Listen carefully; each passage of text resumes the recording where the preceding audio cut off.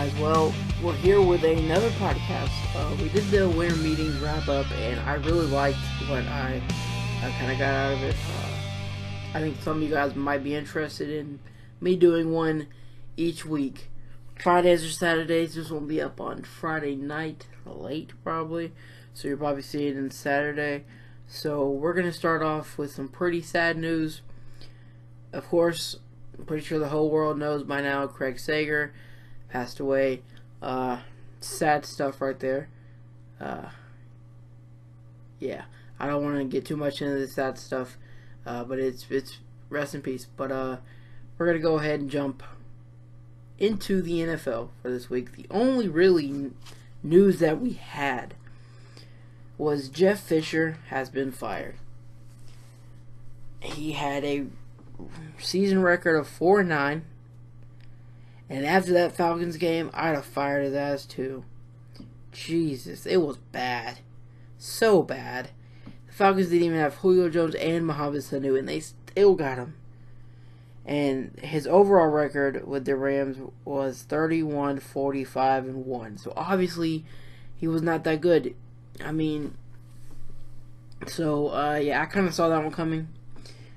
Just the way they've been playing as of late. I mean, really not good. It sucks for the Rams too, because I don't think this can all fall on Jeff Fisher. Offense, not good. Todd Gurley, not been able to get through the offensive line, so not really doing much. But, yeah, just not good overall. I mean, it's just, yeah. So we're going to get into some baseball, which we got a lot of baseball to talk about this week. We'll start off with the Dodgers, because they did make some deals earlier in the week. They signed Kenley Jansen to a 5-year deal, $80 million. So, making less than Chapman, I thought he'd make more. Miami offered both of them more. We're going to get into Miami Marlins and what the heck happened. I have no idea, but then they signed Justin Turner for 4 years, $64 million. And those are pretty good stuff, because Justin Turner was solid, consistent for the Dodgers once he went over to LA. Kenley Jansen, quite possibly the best closer in the MLB. I mean, there's no ifs, ands, or buts about it. So, they need a second baseman. Is that second baseman Brian Dozier? There's been a lot of stuff going around that he's going to the Dodgers. If he goes anywhere this offseason, it's to the Dodgers. Do the Dodgers have enough prospects to do that type of deal? Because Brian Dozier's a beast, dude. I mean, he hit the most home runs for a second baseman last season. 40-something. That dude's a beast. So, the Dodgers would probably have to give up some pretty good prospects. I don't know who they would give up. I don't think Julio Reyes, or at this point, Corey Seager, probably not. So, I don't know who the Dodgers would have to give up to get a player like Brian Dozier. And, are they still going after an outfield bat? Maybe McCutchen, but at this point, I think the Pirates are just going to keep hold of him. But if it's me, I trade the dude, because all this whole last couple weeks, so much trade rumors that they had a deal, they didn't have a deal, they've been shopping him. I don't know how you stay on the field, because they want to move him to left field, out of center field. He wants to play center field. Then they go and dangle him around in trade talks. I don't know. I feel like you got to trade him after this. That's just my opinion. I mean, it's crazy, but yeah, I'd trade him. Sad to see a franchise player go like that, but after you dangle him in trade talks like that, it was so serious. It felt like, I don't know, maybe I would trade him. But that is just me. And now we'll get into the Rockies. The Colorado Rockies. Are they for real contenders? That is my big question that I want to discuss on this. Are the Rockies real contenders? They picked up Ian Desmond on a big year. They're like 5 years and $70 million. and it is to play first base, unless they trade somebody in the outfield and sign Trumbo or Encarnacion. Charlie Blackmon, they would probably get a lot. They're demanding a lot back for him, so I don't know if anybody would trade for him. Then,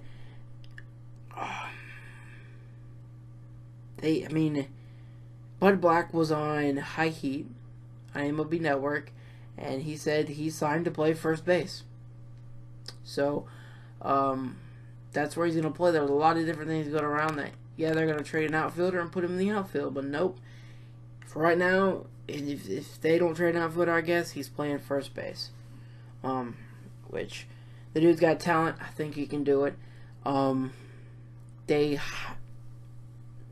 signed a free agent reliever, middle reliever, Mike Dunn. It was for 3 years, $19 million. Some people said they overpaid because he was just an average reliever. I mean, last year he finished the season after missing the first 2 months with a strained forearm. He finished out the season 6-1 with a 3.40 ERA in 51 games. But then the 2 years before that, he had pretty good seasons as well. I think you have to overpay in Colorado to get a pitcher to come over to Colorado and pitch, because that is not a fun place for a pitcher. I mean, I think everybody knows that. You go to Colorado, you go to see some home runs. I mean, that's just it. I mean, they're trying to.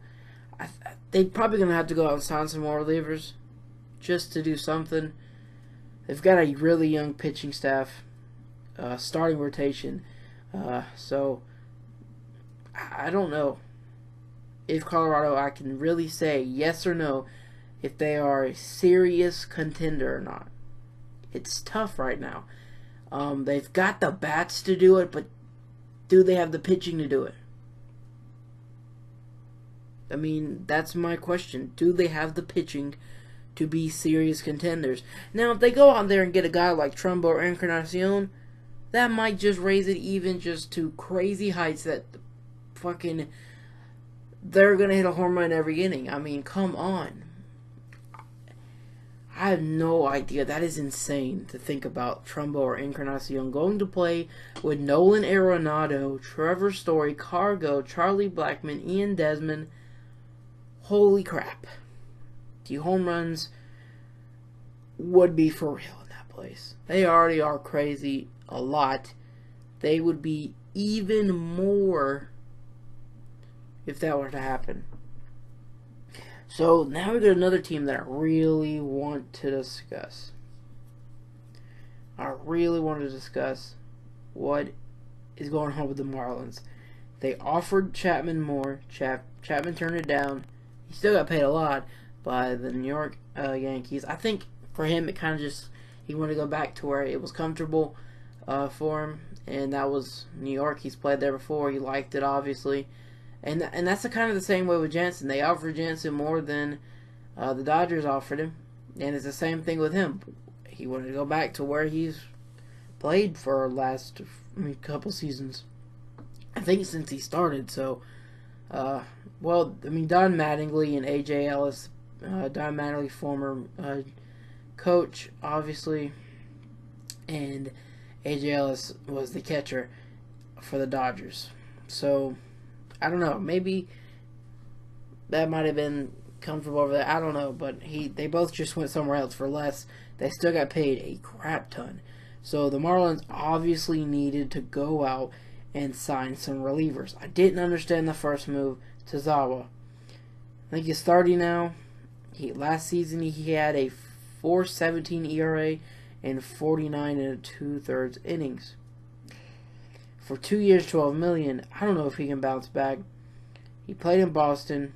I would say that's a pretty hitter-friendly. I said hitter-friendly. That's great stuff right there. Hitter-friendly ballpark, especially with the Great Monster. I don't know if he can bounce back. Obviously, you might be able to. You're not hitting a lot of home runs at a Marlins ballpark, obviously. That ballpark is huge. I guess I don't know what to think about that deal. And then just I think this is recent. Brad Ziegler, probably one of the top free agent relievers left on the market after Chapman, Melanson, and Jansen. He was one of the top few out there still, and he signed for 2 years, $16 million. Last season, he had a 2.25 ERA with 69 appearances and 68 innings in total between two teams. He was started in Arizona, got traded to Boston. All in all, he had a pretty damn good season. I really do like this deal for the Marlins, even though I think he's close to 40, 37, but I don't think we normally don't see that. That's a big worry for relievers. A lot of relievers go into like deep into their 40s. So, and for this guy, I mean, he's had a pretty good year last season. So, hey, I like the deal for the Marlins for that. Maybe they go out there and get another starter, because just because they get Edson Volquez, it sucks to say this, does not mean that their pitching staff is up to when it was when they had Jose Fernandez. I hate having to bring this up. It's just the fact. I understand if they would have gone out there and signed Jansen and Chapman, that maybe they go into their bullpen, because they've already had David Phelps and AJ Ramos. They're pretty good, two good relievers. You add Brad Ziegler to that. Now to Zawa. Is that enough to get him over? Is that enough to, after at least maybe some of their pitchers can lead them on into the later innings, is that enough out of their bullpen to really help them win? Because they've got the rotation is a little. I mean, it's not the best. Edson Volquez, if he's on, he's pretty damn good. They got like some young guys in there. Chin, they signed to a pretty. I mean, it wasn't that big, but it was a big deal for Chin, and he did not do well last season. He was injured some too. So, their lineup though is good. Stanton, that's my one thing with the Marlins.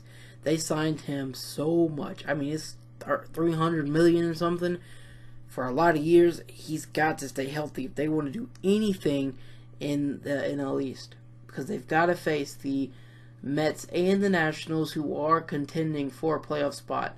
So the Braves got a little better with the pitching. Phillies signed traded for Howie Kendrick, kept most of their team from last year, and they were pretty. They would give teams some trouble. So I don't know if the Marlins can do it with what they have. Like I said, I really do like the Brad Ziegler acquisition though today. That was a pretty good one. I don't really have anything else. Well, this is still crazy. What the hell is going on with sluggers in the MLB right now? They're gone. I mean, I have no idea what's going on right now. Mark Trumbo, Edwin Encarnacion, Jose Bautista are all still out there. Obviously, Jose Bautista getting up there in age, and of course, you're going to have to give up the first round draft pick this year. Well, obviously, it won't come into effect, the new CBA, where it won't be a first rounder next year. But, I mean, where is he going to go? I think I see him going back to Toronto for at least a 1 or 2 year deal. That's the guy in Toronto. Him and Encarnacion. You think of the Toronto Blue Jays, the two players that you have thought of for the last couple seasons, especially Batista, because when he's healthy, he is crushing them. He is crushing pitches out every time, and he gets on base. Funny thing, I've been watching Moneyball, because that's my favorite movie, and just, what does he do? He gets on base. What does Jose Bautista do? He gets on base. The dude gets a lot of walks. I mean, it's crazy how much walks he gets, because they just don't want to pitch to him, because they know that he can crush home runs like crazy. And Encarnacion, I heard the Athletics might be in on that. I doubt it. It's a lot of money they're going to have to spend, and I don't think they have it, obviously. Indians, I've heard a lot, maybe the Indians, but that's the same way I feel like they earned a little bit of extra money for being in the World Series, but is that enough to go out there and sign Encarnacion?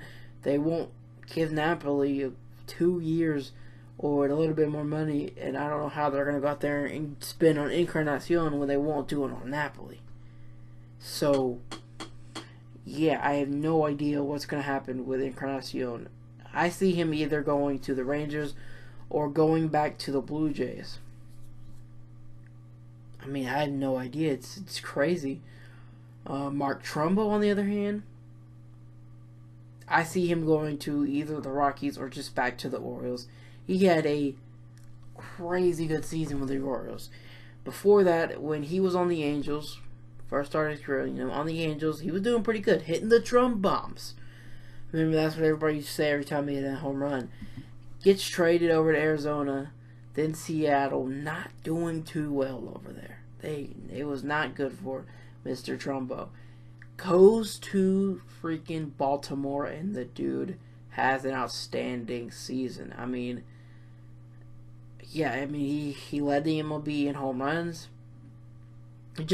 He was outstanding. So I don't know why Baltimore can't go there and try to re-sign him. Oh, and there's actually another signing this week. Wellington Castillo.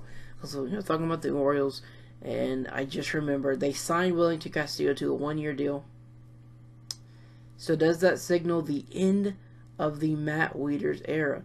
Some people say they got him going to the Nationals, but they just signed Derek Norris right before the winter meetings, or maybe it was during the winter meetings.